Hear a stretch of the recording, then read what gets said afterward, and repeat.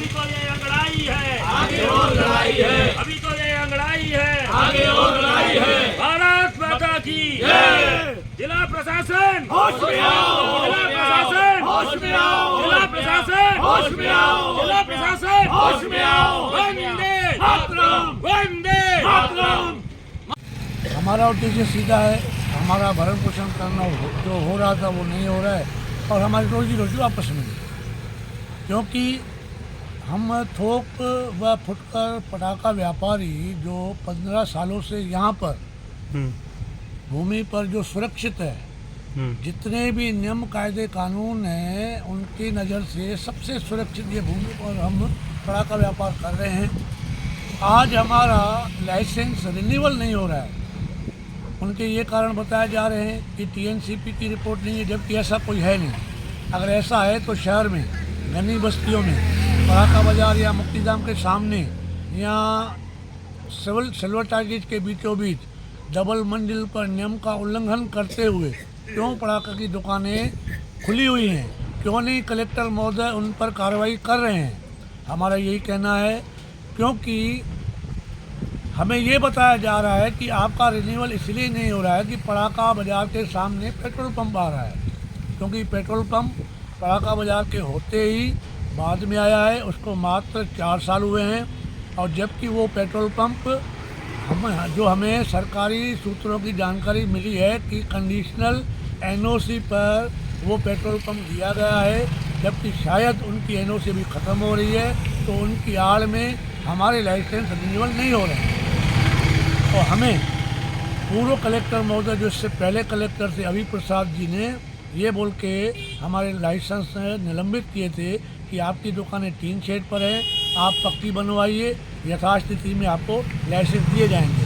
हमने पक्की बनवाने की कार्रवाई शुरू की, सबकी एनओसी हमने वहाँ लाइसेंस में डलवाई। अब हमको ये कहा जा रहा है कि टीएनसीपी, जबकि टीएनसीपी का कोई रोल नहीं है।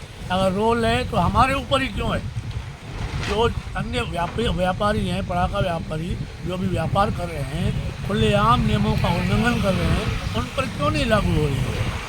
हमारा यही निवेदन है आपके न्यूज़ चैनल के माध्यम से, हमको न्याय मिलना चाहिए। और जबकि पेट्रोल पंप से पुराने हम हैं, 15 साल हो गए हैं, 3-3 साल में हमारा लाइसेंस रिन्यूअल होता है। पिछले 4 बार हमारा रिन्यूअल हो चुका है, 5वीं बार में क्यों नहीं?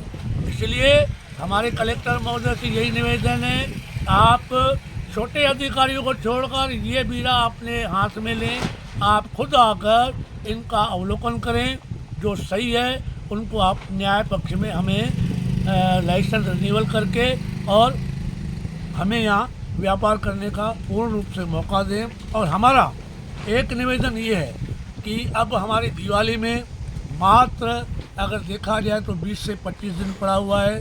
फरवरी महीने में हमें यही लॉलीपॉप खिलाकर कि पक्की दुकान बनवाओ, हमारे जो पुराना स्टॉक था कहीं गोदाम में रखवाया गया है, गवर्नमेंट की तरफ से सील लगी हुई है, उसका किराया हम भर रहे हैं। अभी तक 2.5-3 लाख रुपये हम किराया भर चुके हैं और हमें वो माल भी दिया जाए।